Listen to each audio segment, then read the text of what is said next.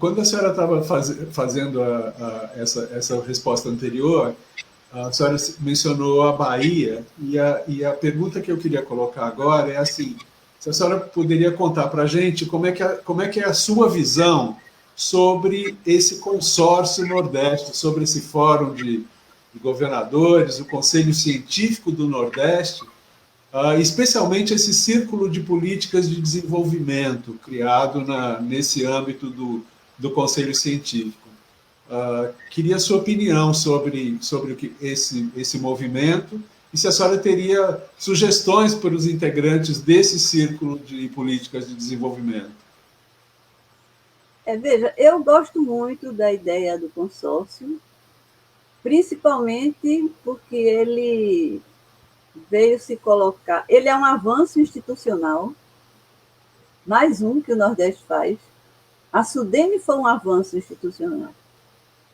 A SUDENE, a concepção de Furtado foi muito inovadora quando ele propôs a SUDENE, porque ele não propôs uma burocracia. Veja como o lado político dele era importante. Ele propôs o Conselho Deliberativo da SUDENE. Então, ele criou, na verdade, em vez de ele criar uma instância técnica, ele subordinou a instância técnica a um colegiado político, que era uma coisa que o Brasil não tem até hoje, que é uma instância de articulação interfederativa. O Brasil é uma federação com enorme dificuldade de articulação federativa. Não tem instâncias interfederativas. A SUDENE é uma instância de articulação interfederativa. Até hoje tem um conselho da SUDENE como um locus de articulação interfederativa. Tá certo? O consórcio Nordeste também é uma inovação institucional. É, de novo, o Nordeste inovando institucionalmente. Ele é um avanço institucional, não é? E ele surge num momento que me agrada muito, porque o momento anterior, aí indo para a história, era a guerra fiscal. O Nordeste está vindo da guerra fiscal. Então, eu valorizo ainda mais o consórcio, porque ele sucede à guerra fiscal.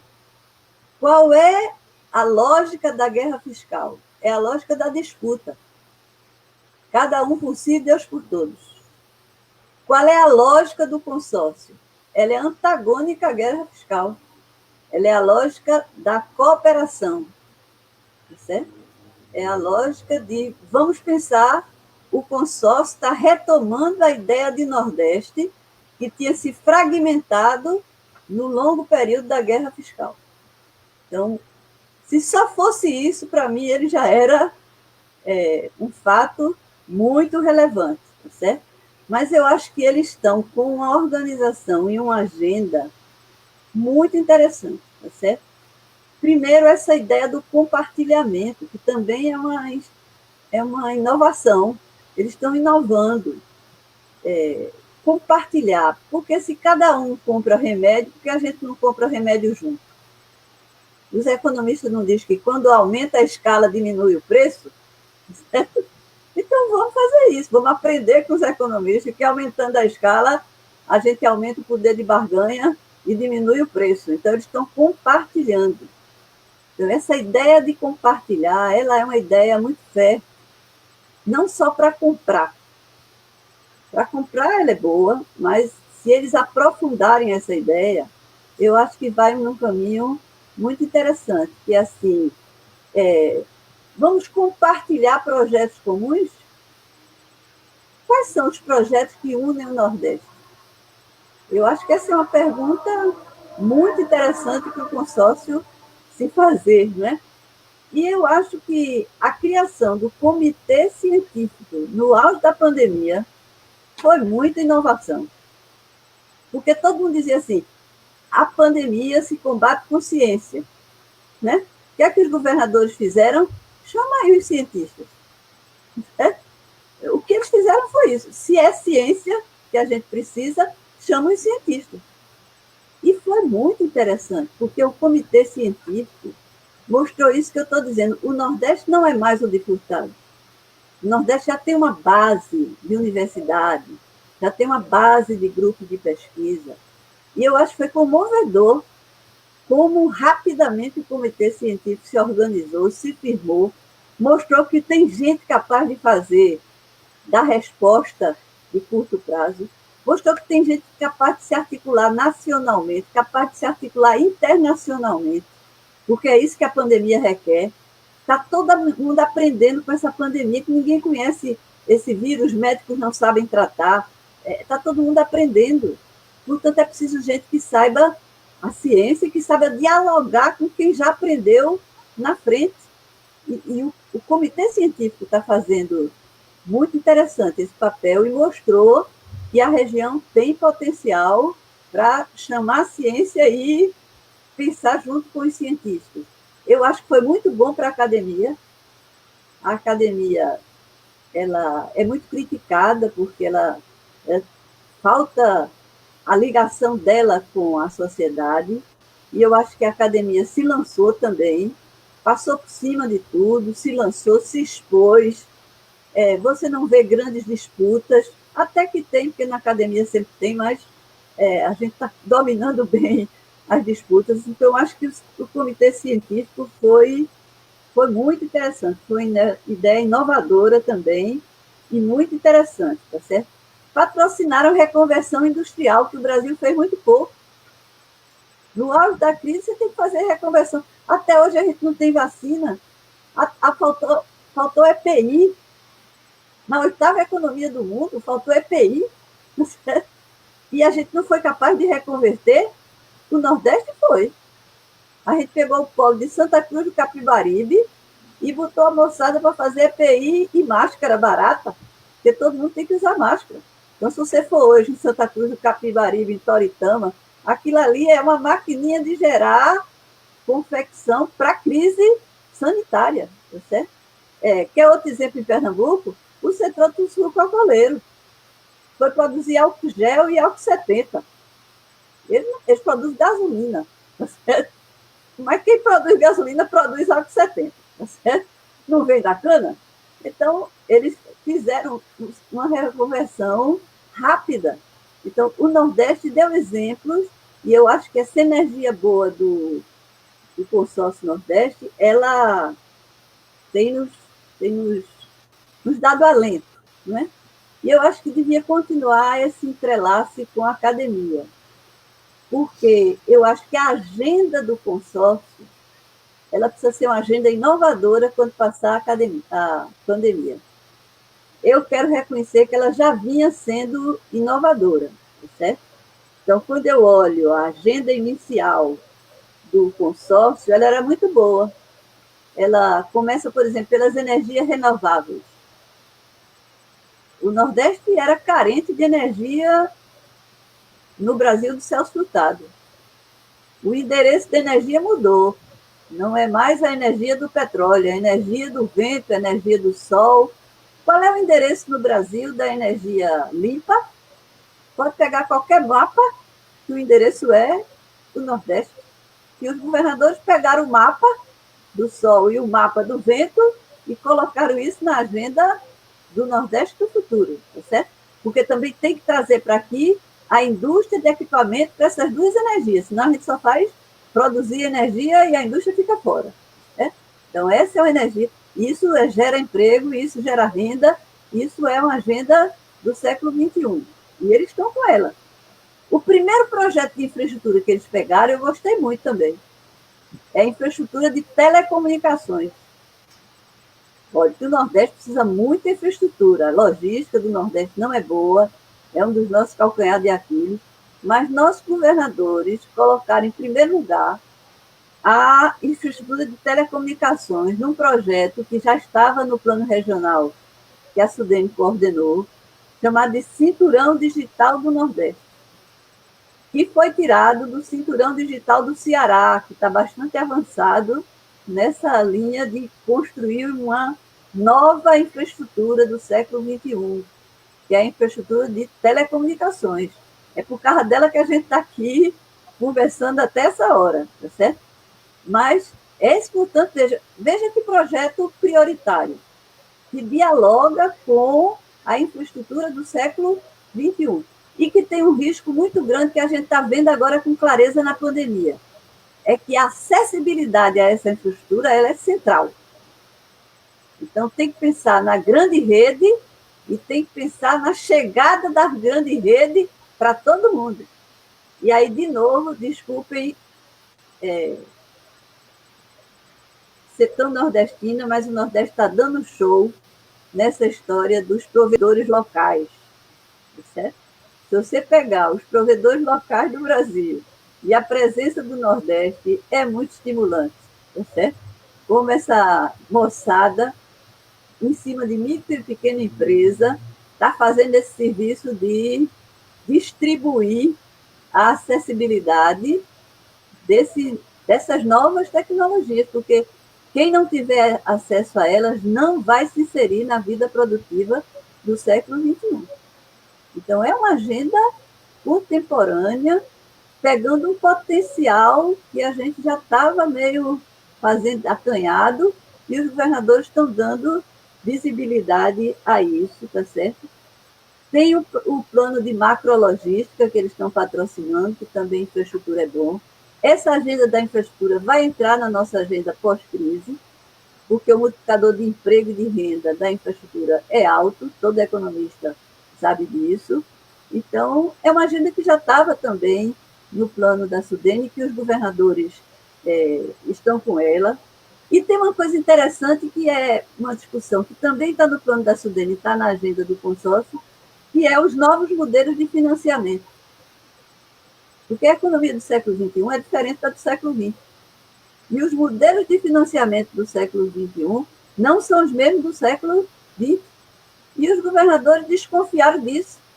E talvez a dificuldade do diálogo com o governo federal levou eles a buscar fundos de financiamento fora. Eles estavam prontos para viajar, para buscar diálogo com outras fontes de financiamento. É isso mesmo que tem que fazer. Mesmo que volte a uma relação boa com o governo federal, esse debate de novas fontes de financiamento é um debate contemporâneo. Então, eu acho que a agenda começou bem. É isso que eu estou querendo defender. Começou contemporâneo. Agora, eu acho que a agenda precisa aprofundar.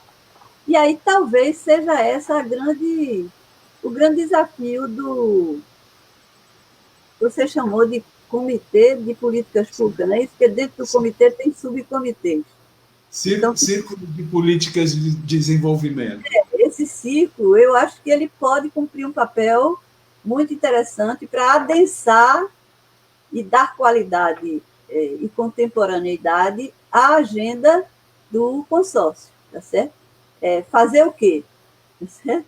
Então, eu acho que, por exemplo, discutir saúde. Saúde veio para a vitrine e não vai sair da vitrine.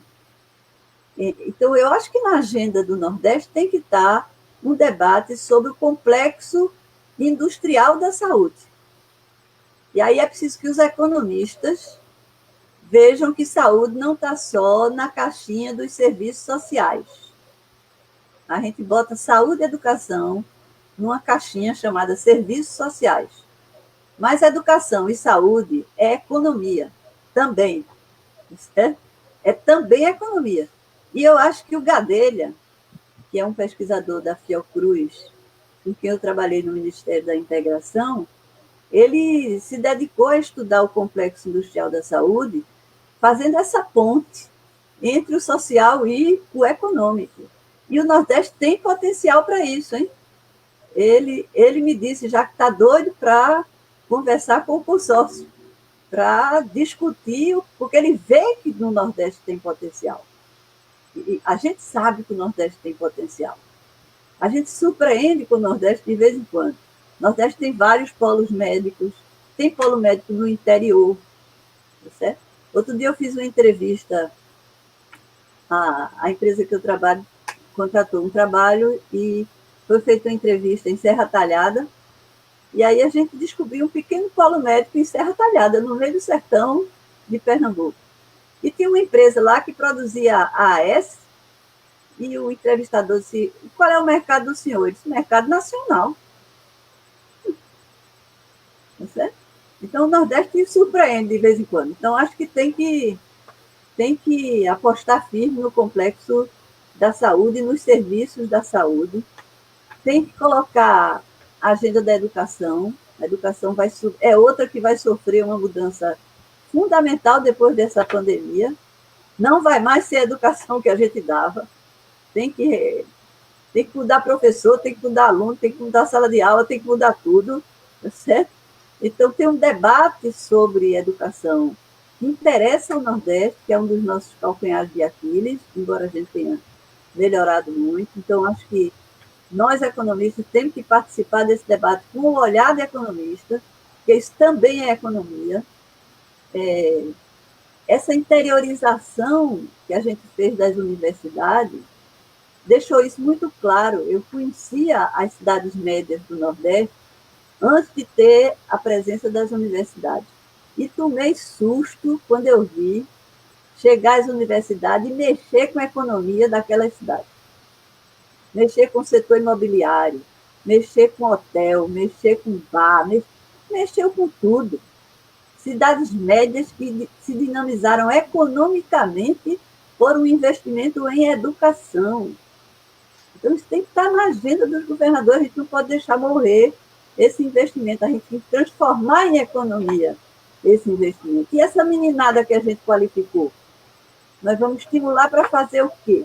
Certo? Então, essa é uma agenda importante, tá certo? A agenda da inovação, como eu disse, os acadêmicos agora se apresentaram, é preciso que eles continuem presentes. A agenda da inovação ela é muito importante para a gente revisitar atividades econômicas, inclusive as tradicionais. E uma agenda de inovação ampla, que não seja só a tecnologia de ponta. A tecnologia de ponta, ela é muito importante, são os padrões técnicos do século XXI, mas tem atividade econômica no Nordeste que precisa ainda a revolução do final do século passado, certo? Então, que melhora a produtividade, que esse é um desafio no Nordeste, é levar a produtividade, botando conhecimento dentro. E não precisa ser o conhecimento de ponta, às vezes é o conhecimento já aplicado em vários lugares do mundo que a gente não aplicou ainda aqui, certo?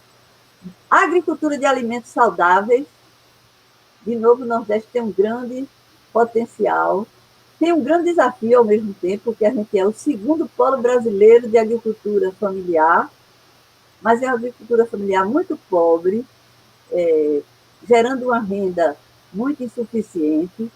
Eu acabei de fazer um artigo agora com o Favaretto, que é um economista da Universidade Federal do Paraná, e a gente resolveu ousar dizer que a gente precisa revisitar as políticas de apoio à agricultura familiar. Elas foram importantes, o Nordeste avançou, mas precisamos olhar para frente, pensar o que é que a gente não fez e que é importante que seja feito. O que é que a gente fez pela metade e que ficou incompleto. Então, acho que tem uma reflexão aí que interessa muita gente no Nordeste, porque esse segmento emprega muita gente e ele pode dialogar com um outro padrão novo de agricultura importante. Tem a agenda da economia criativa, porque emprego vai ser central nesse século, nesse momento agora. Multiplicador de emprego é central. Pense num negócio que cria emprego, economia criativa, e pense num potencial do Nordeste, economia criativa. Quando você fala economia criativa no Brasil, de novo o endereço é o Nordeste. Então, acho que tem uma agenda muito interessante, tem a agenda do Projeto São Francisco. O Projeto São Francisco, a gente gastou muito dinheiro em obra, agora é preciso transformar aquilo em disponibilidade de água para gerar energia e desenvolvimento, e economia. Tem que juntar com energia, botar eólica e solar em cima dos canais, ao lado dos canais, e fazer com que a água vire economia. Não é água só para consumo humano, é também para consumo humano, mas é para economia. Então, acho que tem um debate muito interessante sobre ativos que a gente construiu e precisa construir.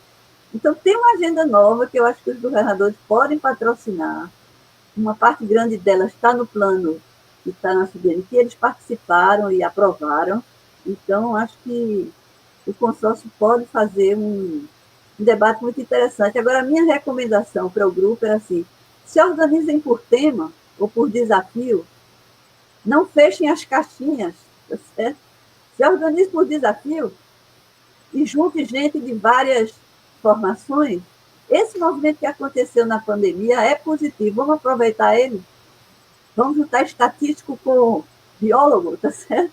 Vamos juntar economista com sociólogo e vamos tratar o desafio e o tema. Então, a minha sugestão para o consórcio é organize a inteligência por desafio e por tema, juntando qualificações e aportes de conhecimento múltiplo. É esse o meu exemplo. E eu queria terminar somente dizendo, atenção, tem um limite no consórcio. Eu elogiei muito, mas tem um limite. O limite é o limite do federalismo brasileiro. O federalismo brasileiro é troncho. Quem tem força é a União, certo? Então, os governadores sabem mais do que eu que eles podem fazer muito, mas podem fazer pouco pelo que poderia ser feito se houver sinergia com o resto da banda federativa, que é a União. Então, eu acho que a minha esperança é que vai haver um momento onde o diálogo interfederativo vai ser retomado, e aí a gente precisa de políticas nacionais que olhem para o Nordeste. Deixar de olhar o Nordeste como problema e ver que o Nordeste é parte da solução de um Brasil melhor que a gente pode construir. E aí, políticas nacionais que considerem as virtudes do Nordeste, o potencial do Nordeste. Por isso que eu vejo que o consórcio é bom, vai nos ajudar a construir convergências, mas a gente vai precisar, em algum momento, dar esse pulo para a instância nacional. Mas aí talvez a gente já esteja mais preparado para dar esse pulo.